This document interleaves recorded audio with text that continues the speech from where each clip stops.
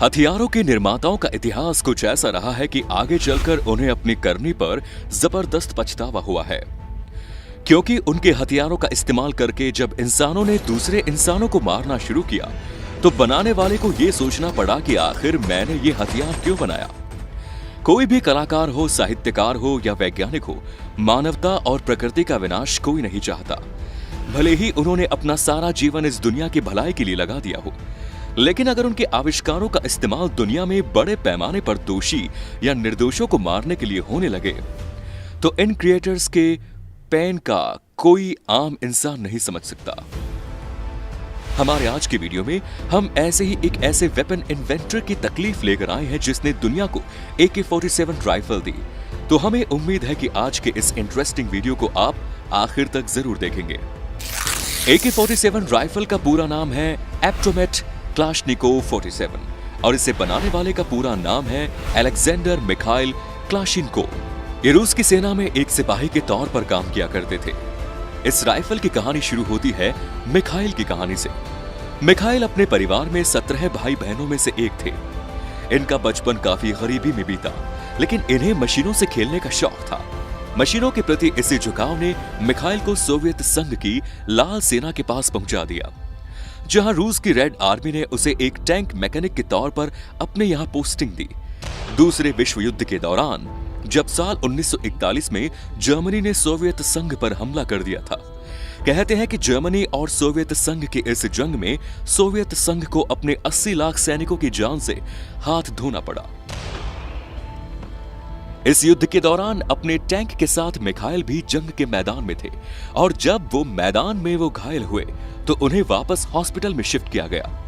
Hospital में बहुत सारे सोवियत सैनिकों के साथ उनकी मुलाकात हुई और सभी सैनिकों का इस जंग को लेकर जो कहना था वो ये था कि उन्हें ऐन वक्त पर हथियारों ने धोखा दे दिया, वरना हमारे इतने सारे सोल्जर नहीं मारे जाते। सोवियत संघ ठंडा इलाका है, सैनिकों को ठंड से बचने के लिए दस्ताने दिए जाते थे। कई बार सैनिकों के पास जो राइफल होती थी उसकी नाली जाम हो जाती थी। दस्तानों की वजह से कभी ट्रिगर नहीं दबता था। अपने सैनिकों की इस समस्या को मिखाइल ने काफी गंभीरता से लिया। मिखाइल जब हॉस्पिटल से डिस्चार्ज हुआ तो उसे जंग में जाने के लिए अनफिट घोषित कर दिया गया। तब उसने अपने सीनियर से बात की और कहा कि वो हथियारों के प्रोजेक्ट पर काम करना चाहता है। मिखाइल एक ऐसी राइफल के डिजाइन पर काम कर रहे थे जिसके फीचर्स जबरदस्त थे, जो हर सिचुएशन में काम कर सकती थी। वर्तमान समय में सैनिकों को जो राइफल दी जाती थी उसकी तमाम समस्याओं को दूर करते हुए नई राइफल का डिजाइन तैयार किया गया। इसके बाद मिखाइल को लगभग 5 सालों का समय लगा अपने सैनिकों को एक बेहतरीन राइफल का फाइनल डिजाइन देने के लिए। यानी आने वाले साल 1947 में मिखाइल ने अपने इस राइफल के डिजाइन को दुनिया के सामने रख दिया। हालांकि सोवियत संघ ने राइफल के इस डिजाइन को अवार्ड तो दिया, लेकिन उस समय इस राइफल को अपनी सेना में शामिल नहीं किया। इसके बाद 2 साल का समय और बीतता गया। काफी टेस्टिंग प्रैक्टिस के बाद फाइनली इस राइफल को सोवियत सेना के द्वारा अडॉप्ट कर लिया गया।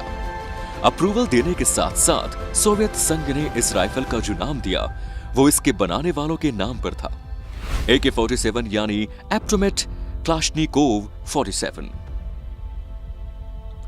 राइफल के नाम का पहला शब्द एप्टोमेट एक रशियन शब्द है।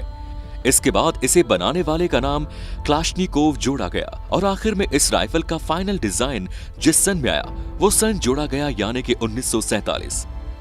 शुरुआत में रसिया ने इस राइफल को ना तो किसी दूसरे देश को बेचा और ना ही अपने देश के सभी लोगों को यह राइफल उपलब्ध कराई, क्योंकि ये राइफल जितनी खास थी उतनी ही खतरनाक भी।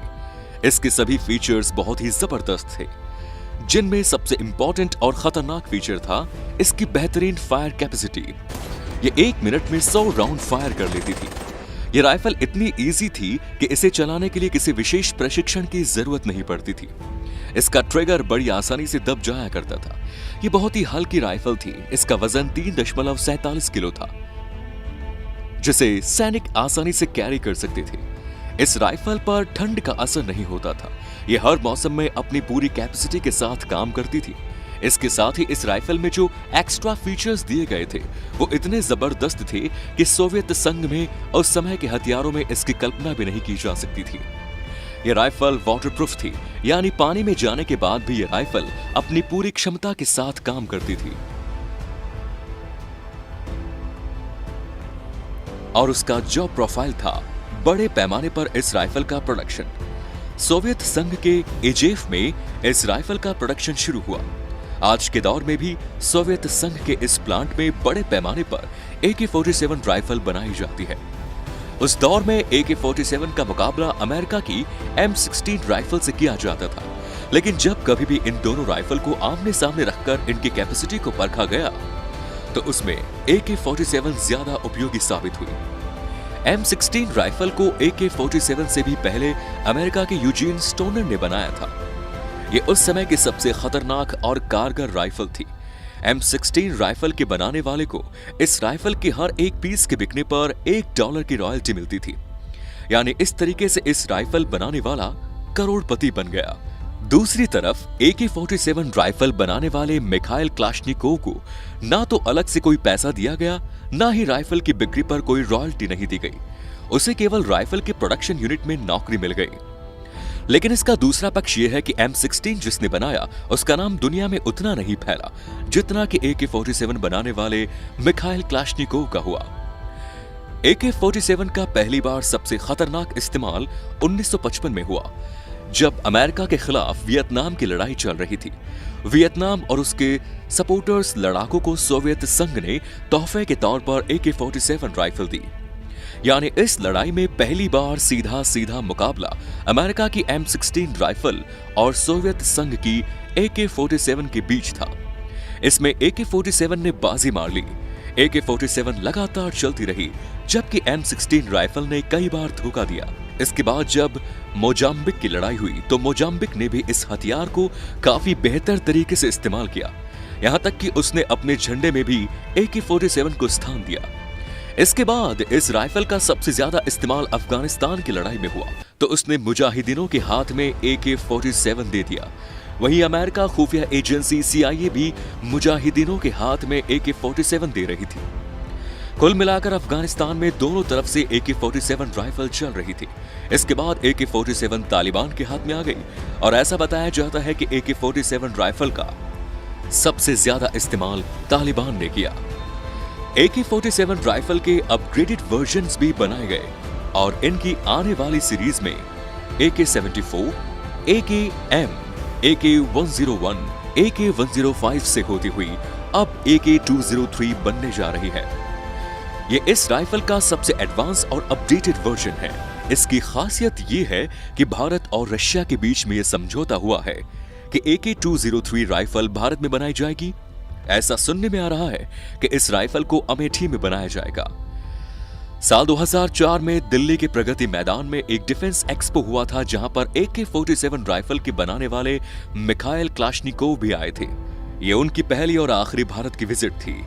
भारत में कभी भी AK-47 सीधे रसिया से नहीं खरीदा, बल्कि इससे पहले रोमानिया से खरीदा गया, फिर बुल्गारिया से खरीदा गया। भारत के सैनिकों और पैरामिलिट्री फोर्सेस के पास इनाल्फा राइफल मौजूद रहती है। AK सीरीज की दूसरी राइफल भी आई, लेकिन मिखाइल क्लाशनिकोव ने जिस राइफल को डिजाइन किया वो राइफल सीधे कभी रशिया से भारतीय सेना के लिए नहीं आई। मिखाइल क्लाशनिकोव हथियारों के मामले में एक्सपर्ट थे और उन्हें दुनिया की अलग अलग यूनिवर्सिटीज में लेक्चर के लिए भी बुलाया जाता था। कई दूसरे देशों ने इस राइफल की नकल करके और इसके जैसा कुछ बनाने की कोशिश की, लेकिन वो कभी भी AK-47 के मुकाबले में दूसरी राइफल नहीं बना पाए। साल 2013 में 94 साल की उम्र में मिखाइल क्लाशनिकोव की मौत हो गई, लेकिन अपने मरने से पहले उन्होंने मीडिया में जो इंटरव्यू दिया उसमें उन्होंने ये कहा कि AK-47 को उन्होंने अपने देश की रक्षा के लिए बनाया था, लेकिन उसका इस तरह से आतंकवादी समूह इस्तेमाल करेंगे इसका उन्हें कभी अंदाजा नहीं था। अब ये उनके हाथ में नहीं है कि वो इस हथियार को उन लोगों के पास से वापस लेकर आ सके। उनके फ्यूनरल में व्लादिमीर पुतिन भी शामिल हुए थे। तो दोस्तों, ये थी AK-47 राइफल के बनने से लेकर अब तक के सफर की पूरी कहानी। वाकई में इस राइफल ने दुनिया में युद्ध के परिणाम बदलने का भी काम किया। दोस्तों, हमारा वीडियो कैसा लगा कमेंट्स में जरूर बताएं। फिर मिलेंगे नए वीडियो में। जय हिंद, जय भारत।